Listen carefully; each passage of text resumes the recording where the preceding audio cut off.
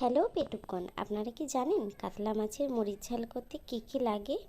আমার এই ভিডিওটা তাহলে ফুল দেখুন। ফুল ভিডিওটা দেখার অনুরোধ রইল। আমার ভিডিওটা যদি ভালো লেগে থাকে চ্যানেলটাকে সাবস্ক্রাইব করে ভিডিওটায় লাইক দিয়ে দেবেন। চলুন তাহলে রান্নাটা শুরু করা যাক। নমস্কার বন্ধুরা, আমি সুমি, আপনারা দেখছেন সুমি রান্নাঘর। আজকে আমি কাতলা মাছের মরিচ ঝাল করে দেখাবো। আমি 7 পিস কাতলা মাছ নিয়েছি। এখন মাছটাকে নুন হলুদটা মাখিয়ে নেব। দিয়ে দেবো নুন,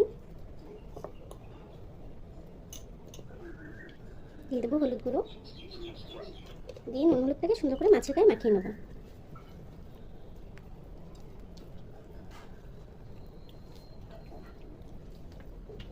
আমার মাছে কিন্তু নুন হলুদটা মাখানো হয়ে গেছে। এখন মশলাটা করে নেব।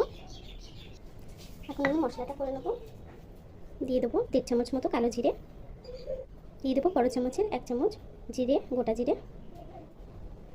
দিয়ে মশলাটাকে বেটে নেব।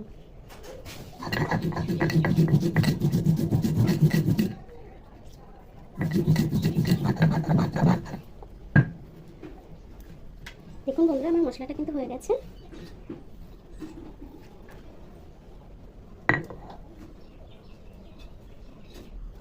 একটা বাটিতে তুলে নেব। দেখুন বন্ধুরা, মশলাটা কিন্তু বাটা হয়ে গেছে। চলুন তাহলে রান্নাটা শুরু করা যাক। আমি একটা কড়াই বসিয়ে নিয়েছি। কড়াইটা কিন্তু গরম হয়ে গেছে। এখন তেল দিয়ে দেবো। আমি কিন্তু সর্ষের তেলে রান্নাটা করব। তেলটা কিন্তু গরম হয়ে গেছে। এখন মাছগুলো ভেজে নেব।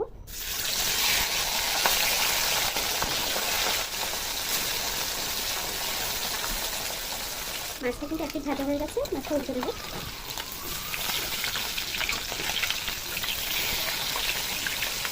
মাছটা কিন্তু ভাজা হয়ে গেছে। মাছগুলো তুলে নেব।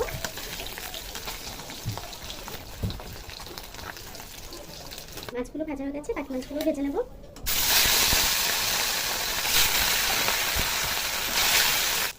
দেখুন বন্ধুরা, মাছটা কিন্তু ভাজা হয়ে গেছে। মাছটা তুলে নেব। মাছ ভাজা তেলের মধ্যে দিয়ে দেবো 4 কোয়া গোটা রসুন। রসুনগুলোকে হালকা একটু ভেজে নেব, যাতে রসুনের ফ্লেভারটা তেলের মধ্যে চলে আসে।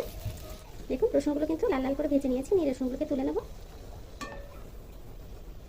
এই তেলের মধ্যে দিয়ে দেবো সেই বেটে রাখা মশলা।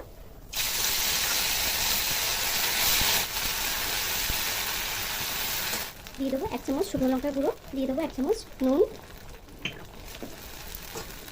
দেবো হলুদ গুঁড়ো,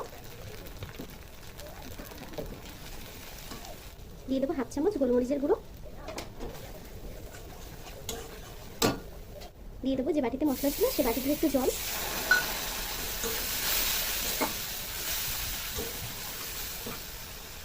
দিয়ে দেবো আরও 1 বাটি জল।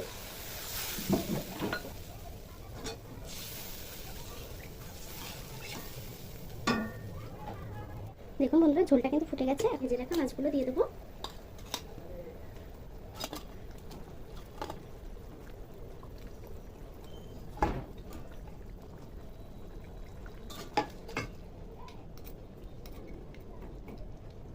দিয়ে দেবো 2টো কাঁচা লঙ্কা উপর থেকে। দেখুন বন্ধুরা, তরকারিটা কিন্তু হয়ে গেছে। তেল ছেড়ে দিয়েছি। এখন নামিয়ে নেবো।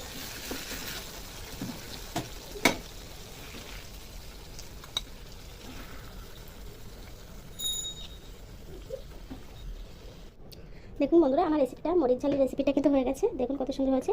আপনারা এই রেসিপিটা ট্রাই করবেন। আর কেমন হয়েছে আমার কমেন্ট বক্সে জানাবেন। আমার ভিডিওটা যদি ভালো লেগে থাকে আমার ভিডিওটা লাইক করে দেবেন আর চ্যানেলটাকে সাবস্ক্রাইব করে দেবেন।